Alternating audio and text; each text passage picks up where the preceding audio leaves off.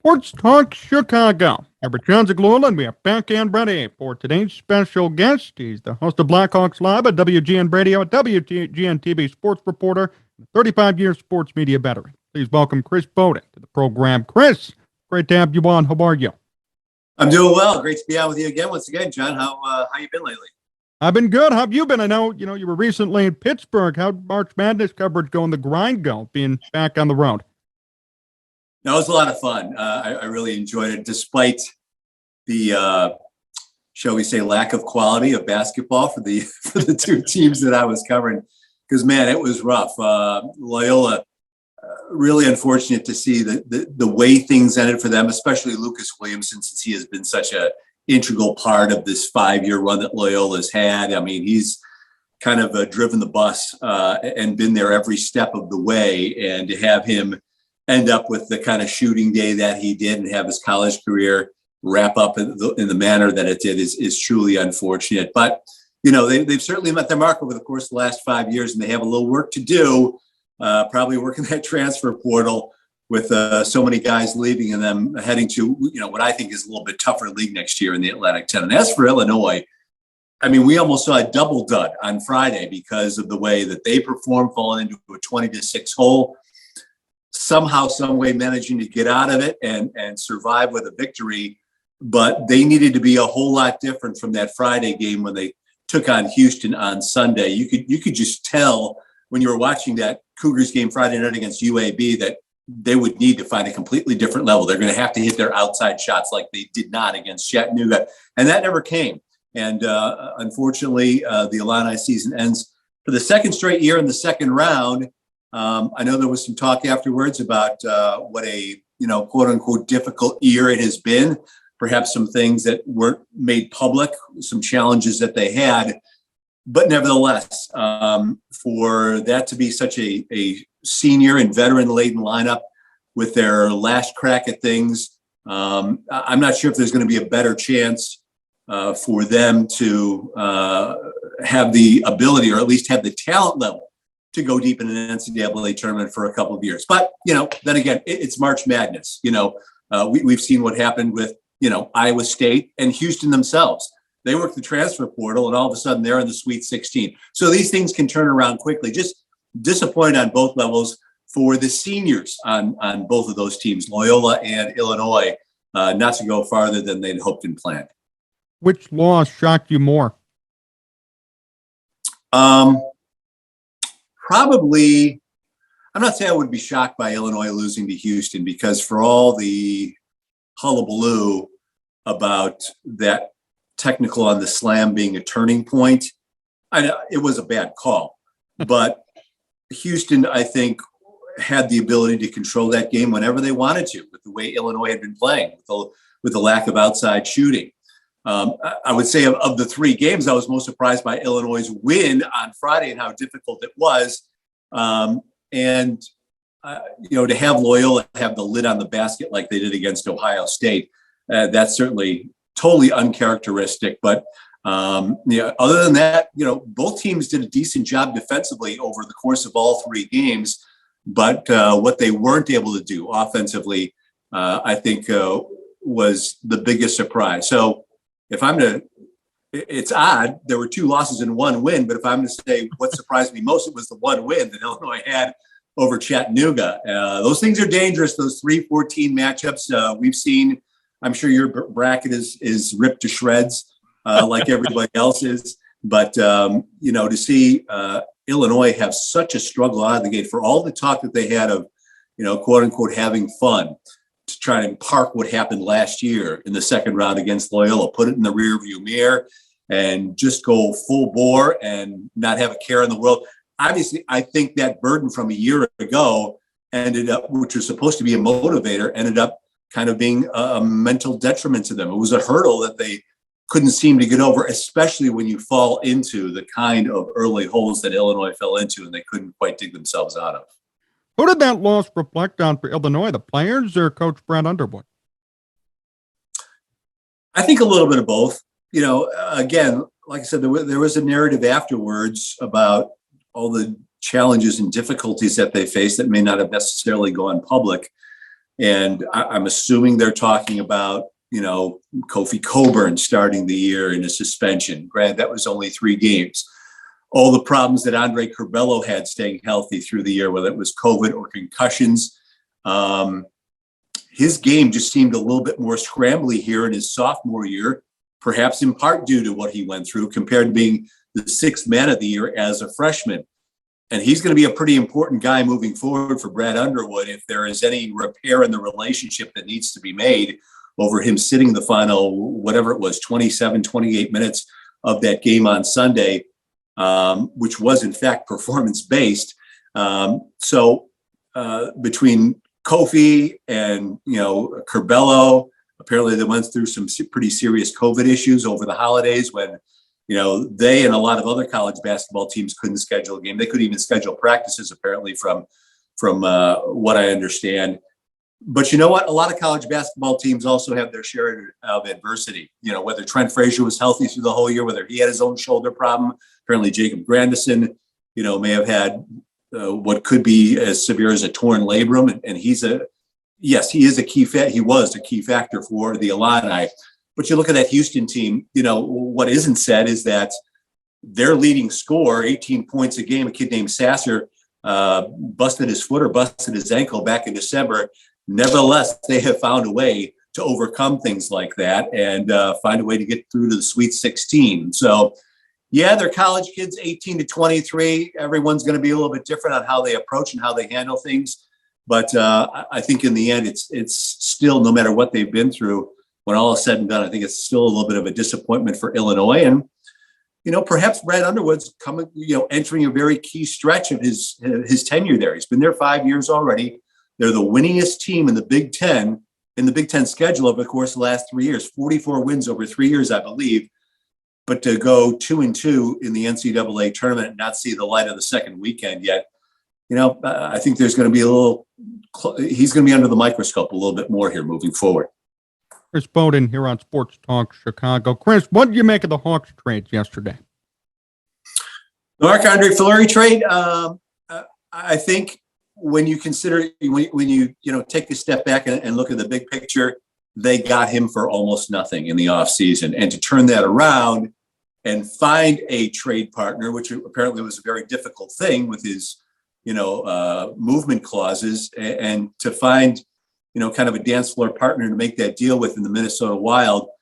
I think overall, Kyle Davidson did a good job on that trade. Granted, it's not an automatic number one. We're all greedy. We'd all like to see that. It's only conditional with, them making the playoffs and Fleury having a hand in them going all the way to the conference finals, which is going to be a challenge. I think we should expect it to be a second round draft pick. But I know all Hawk fans are probably going to go out and buy their Minnesota Wild jersey now and try and root for Fleury and the Wild to go deep and for the Blackhawks to get that first round draft pick, which, by the way, they are still without this season. Unless that happens, the deal for Brandon Hagel only nets a couple of future number 2s in 2023 and 2024. So in terms of immediacy and getting that high first round draft pick, that ain't happening this year unless Fleury and the Wild work their magic. But when all is said and done for Kyle Davidson to get that kind of return and to get that kind of return for Brandon Hagel, that's almost more of a credit to Brandon Hagel for how far he has come and what he has done for his game and how valuable he has made himself to not only the Hawks during his time here, but to other teams around the league to recognize, what a heartbeat guy that he is. I think he's a perfect fit for any playoff team. I just would have liked to have seen what he could do if the Blackhawks made the playoffs and what kind of factor he could be. But, to turn himself into a player in which you get, 2 prospects, one perhaps a little bit more decent than the other, Radish over Kachuk, but then 2 eventual number 1s. The only disappointment in that trade is that number 1 doesn't come here this year to kind of help the pickle that they're in with the Seth Jones trade back over the summer. Were you at all surprised by who got traded? With the Hawks? Yeah. No, I wasn't surprised. I was more surprised by who didn't get traded because I thought for sure Kubalik would be gone. I thought for sure, even more so, that Calvin DeHaan would be gone, entering the final year of his contract or going into the final 19 games of his contract with the Blackhawks. He's unrestricted. Kubalik's a restricted free agent. The way Dylan Strom's been coming on lately, I thought maybe not. Maybe he's solidifying himself once again. But it's been a roller coaster with Dylan ever since he came here a few years ago, with his play going up and down. He's on one of those upward trajectories right now. So maybe not so much Strome not being moved, but Kubalik, yes, he has really struggled this season, unbelievably. Just can't seem to find a right niche within that offense. And he's the guy that they really needed to produce. And then Calvin DeHaan, I thought all along, he's kind of the perfect guy for playoff teams looking for second pair defensemen, or at least depth defensemen, to acquire here. And for him not to be moved is a little surprising, especially since the Hawks aren't going to get anything from him once this season is over, even if it was a fifth or a sixth round draft pick. Now, I don't know what some of the trade proposals may have been for Calvin DeHaan and how much he was desired by other team. If I was another team in the playoff hunt, he's a guy I'd want to have on my club to help provide depth, or, like I said, be a second pair defenseman with all the injuries that tend to pile up over the course of the playoffs. So really surprised about DeHaan, maybe less so with Kubalik, and definitely less so with Dylan Strome with the way he's been performing lately. Why are the Hawks rebuilding right now, Chris? I think they really have no choice, because it's been an inconsistent message and approach several years running. We've heard one summer that they're going into a total rebuild, and then the following summer you go out and get Fleury, you go out and trade assets for Seth Jones, sign him to $9.5 million a year over 8 years. There's just been an inconsistency in their approach, and I think that's hurt them more than anything. If there had been, say, in 2017 or 2018, all right, we're going to blow this whole thing up, and which doesn't necessarily mean getting rid of Kane and Taves and maybe even Duncan Keith at the time. But all right, we're going to blow this thing up. If we're going to get rid of Hjalmarsson and Panarin and some of these other guys to get some assets in return, you have to stick to that plan. Because when you look at teams like Anaheim, the LA Kings, they decided to rip it down and build it back up. And now they're starting here to see some of the dividends of that. Anaheim probably not going to make the playoffs, but the LA Kings are right in the thick of it, and they have a ton of young players in their pipeline. And if the Blackhawks would just remain consistent with their approach, and I'm not going to strictly point the finger at Stan Bowman. There may have been other factors where his bosses decided, okay, we're not going to go in this full tear down, build up mode, because we still need the sellout streak. We still need fans to come in the building. We still need fans not to be disenchanted before all the other off-ice stuff has come up over the course of the past year.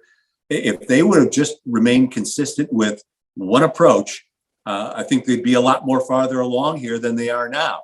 So it's something that's necessary, that has to be done. It's going to be interesting to see how Jonathan Taves is going to react to that. He's already expressed some thoughts, I know, to The Athletic in the past week or so.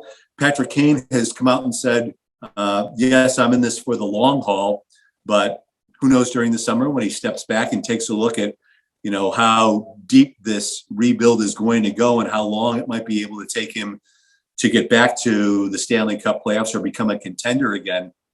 We'll see if he changes his mind on things as both Taves and Kane enter the final year of their contracts. It's all good and well to say things now that, yeah, you want to be a Blackhawk for life, but once you step back and take a look at how deep this rebuild's going to go, perhaps he'll have a change of heart, and then Kyle Davidson may have to do some shopping and would probably get some pretty good assets for Patrick Kane too. It's not that I'm necessarily rooting for that, but I think it's a fact of life that, okay, once reality sets in here and you have a chance to see what your team looks like here in these last 19 games after these moves were made and the long haul that's ahead, you look at the 5 Chicago professional sports teams right now, the 5 major ones.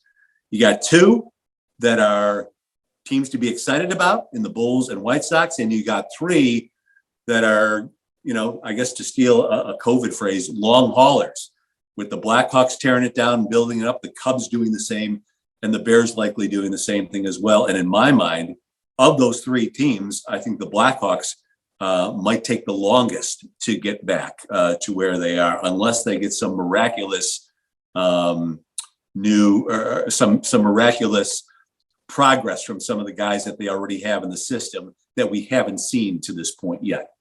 How long do you think it'll take for the Hawks? They're talking 5 years. Wow.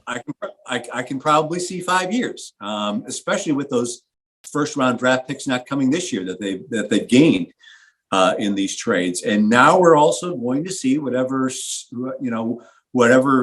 scouting department that Kyle Davidson puts in place, whether they're going to be able to do their job. And, I thought overall Mark Kelly did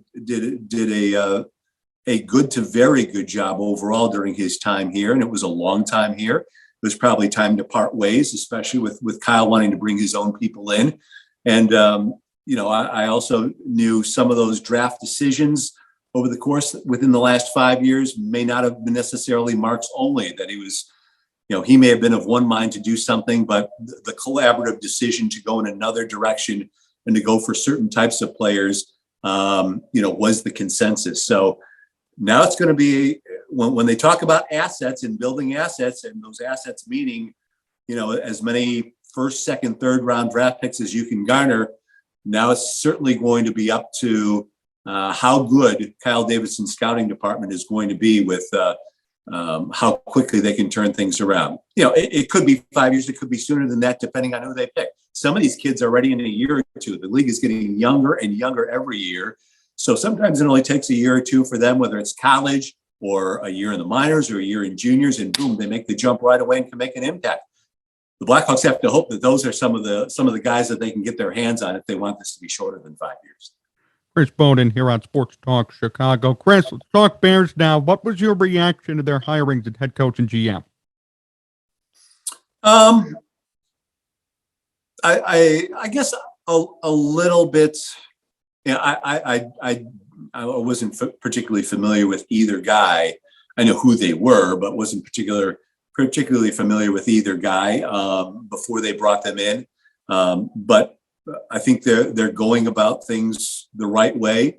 From everything I understand, the Matt Eberflus that we see publicly isn't necessarily the same guy that we see behind closed doors. I was talking to a friend who knows somebody on the Indianapolis Colts who told this friend of mine and then who relayed it to me. Sometimes when the doors are closed, Eberflus is a guy who can get on his guys and tear the paint off the walls when need be. So, that's something that's interesting, a little bit different approach. I don't necessarily know that Matt Nagy was that type of guy. He was more a popularity contest guy. Obviously, the first move that Ryan Poles made didn't turn out well at all. I'm sitting there at the Loyola game on Friday in Pittsburgh, and all of a sudden the word comes out about Larry Ogunjobi, and everyone knows it wasn't a very good look for your first big splash free agent signing, all of a sudden to be headed back out the door. Who knows? Maybe they'll re-sign him at a much lower price because of failing the physical. But they've kind of regathered themselves. He has been straightforward with saying that he's not there for the splash moves in free agency, at least not at this stage. He wants to, build through some, secondary wave of free agency. He has definitely done that so far with, the center and the linebacker Morrow that he's brought in, and Byron Pringle, who I thought, to me is the free agent I'm most excited to see him sign. The other wide receiver, St. Brown from Green Bay, and then the guy from the Colts who was outside rusher in his 4-3 defense that actually led the Colts in sacks last season with 6 among the defensive linemen. So it's going to be a slow step-by-step process as we speak here on Tuesday afternoon. There's still some holes to fill, especially, get another offensive lineman, get at least another defensive back in the mold there. They're not going to be high-profile guy, but looking for more value, guys that they can plug in and work with in Matt Eberflus's system. So, long answer to what you said in terms of how I reacted to those hirings. I'm fine with them. So let's see what these guys can do, especially with them coming out flat out and saying, this is going to be a slow step-by-step process. And to me, I mentioned the Blackhawks perhaps having the longest road back. To me, this might be the quickest road back because NFL teams, we've seen can turn things around in the course of a year or two. So if this team can end up winning 6 or 7 games this season, perhaps more than that if we're all surprised, under Justin Fields, I think that's a step in the real right direction as, Poles and Eberflus kind of get their culture ingrained with what they want to do here down the road. How much progress do you expect from Fields this year? Well, we're all hoping a lot. How much I expect? I expect some significant steps. Now, we also have to see what's around him. What's the quality of the offensive line he's going to be working with, the quality of receivers. We already know he has a mojo with Darnell Mooney. What can he establish with the likes, of Pringle and St. Brown?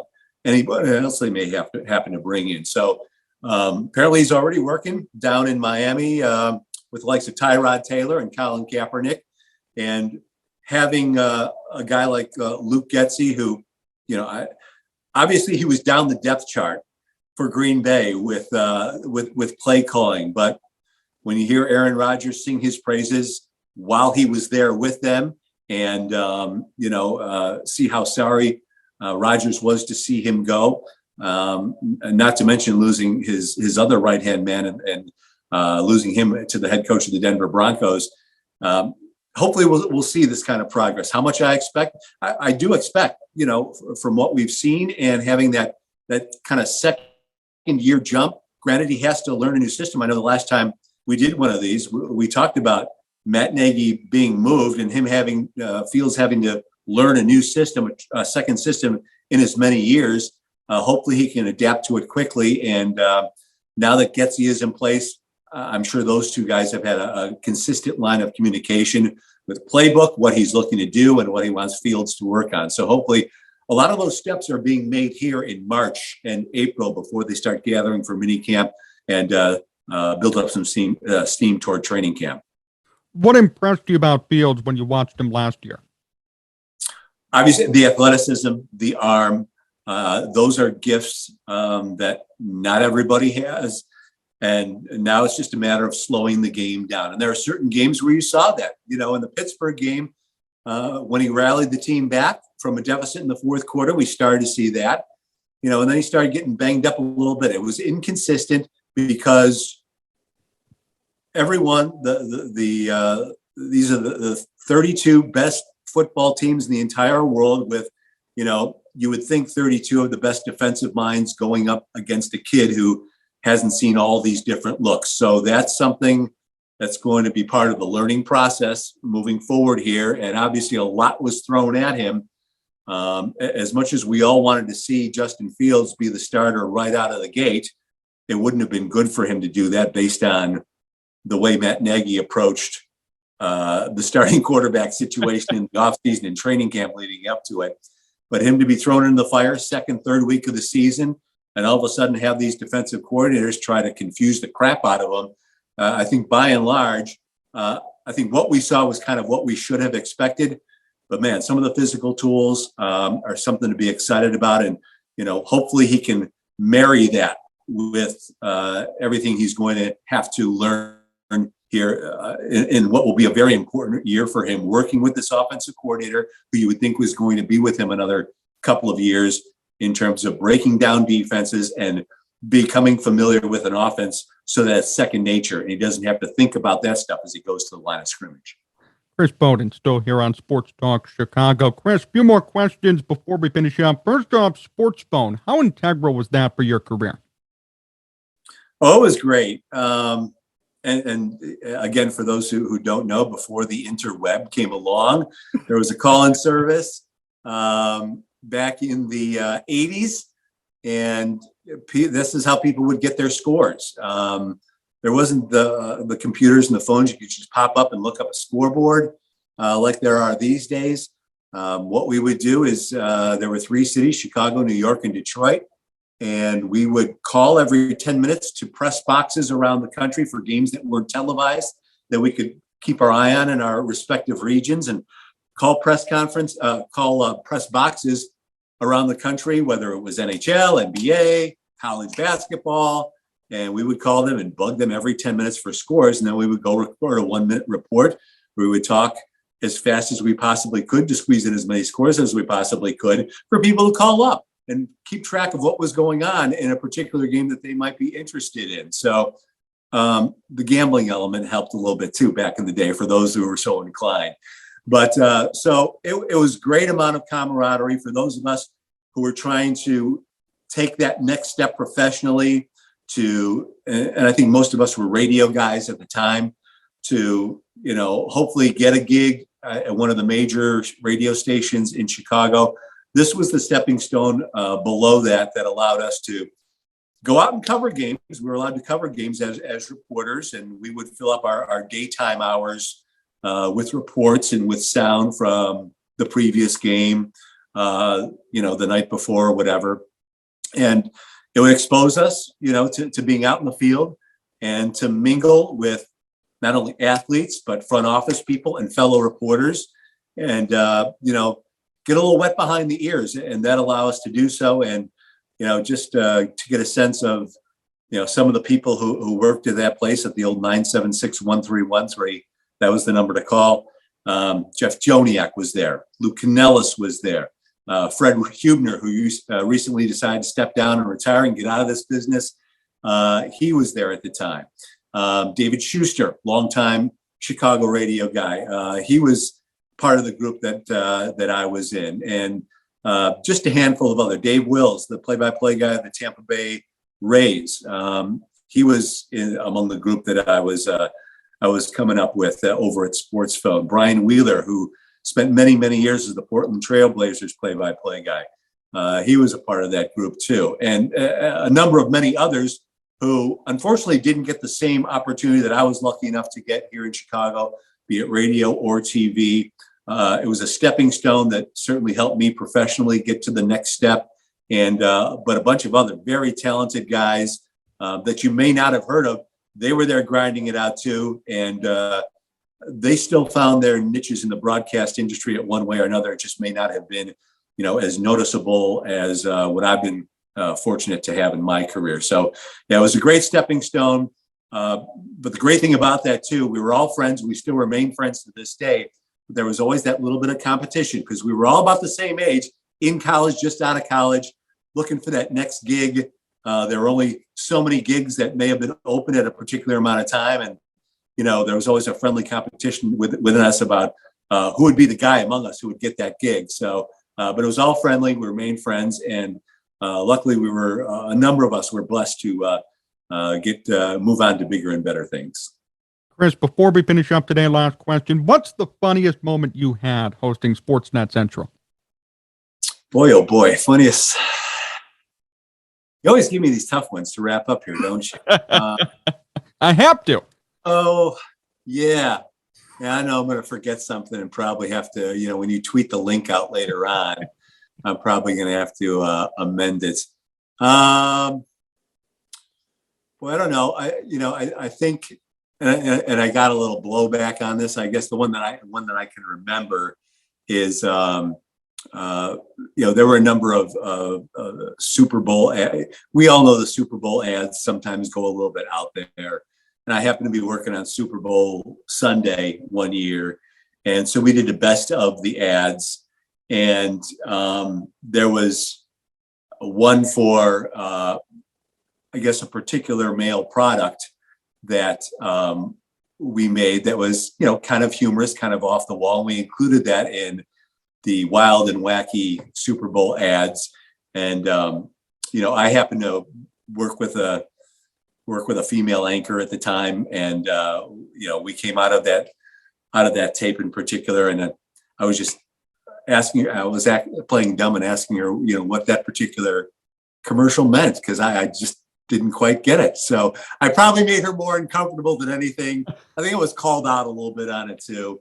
But, whether that was right or wrong at the time, things were a little different than they are right now. So, and she took it in good humor and started giggling and couldn't control herself at all. We were laughing about it at all. And we all know what it was about, but I was just kind of playing dumb and making her uncomfortable. And I was glad she didn't take offense to it or she was just able to roll with it. So when all was said and done, it was all good. But I'm sure there's going to be others that I remember now. Once we finish up here, is go, oh yeah, there was that one, and oh yeah, that was that one. So I should call up all my buddies that I worked with over in Sportsnet Central back in the day.